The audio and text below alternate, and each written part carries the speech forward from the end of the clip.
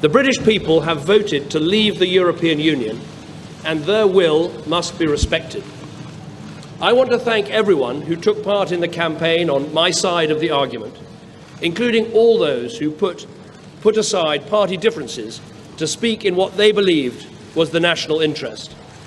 And let me congratulate all those who took part in the Leave campaign for the spirited and passionate case that they made. The will of the British people is an instruction that must be delivered. It was not a decision that was taken lightly, not least because so many things were said by so many different organisations about the significance of this decision. So there can be no doubt about the result. Across the world, people have been watching the choice that Britain has made. I would reassure those markets and investors that Britain's economy is fundamentally strong. And I would also reassure Brits living in European countries and European citizens living here that there will be no immediate changes in your circumstances. There will be no initial change in the way our people can travel, in the way our goods can move, or the way our services can be sold. I fought this campaign in the only way I know how, which is to say directly and passionately what I think and feel, head, heart and soul. I held nothing back. I was absolutely clear about my belief that Britain is stronger, safer and better off inside the European Union. And I made clear the referendum was about this and this alone, not the future of any single politician, including myself. But the British people have made a very clear decision to take a different path. And as such, I think the country requires fresh leadership to take it in this direction. I will do everything I can as Prime Minister to steady the ship over the coming weeks and months.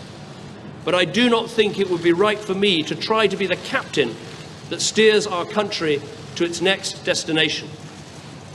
This is not a decision I've taken lightly, but I do believe it's in the national interest to have a period of stability and then the new leadership required. There is no need for a precise timetable today, but in my view we should aim to have a new Prime Minister in place by the start of the Conservative Party conference in October. So I woke up this morning to the news that the UK has left the EU. I wasn't that shocked when I heard the news, even though I voted to remain. I saw Brexit coming. I saw a lot of people were supporting Brexit, and they had solid points to back the decision. And I respected that. I didn't call them bigots, I didn't call them racist and all that. I respected that. Even David Cameron, the Prime Minister of UK, a guy who's been running around trying to persuade people to vote in favour of remaining in the EU, most of the top comments on his social media posts, I'm talking about Facebook, most of the top comments on his posts on Facebook were from people that were voting in support of Brexit. I respect everyone's votes, and democracy has taken place.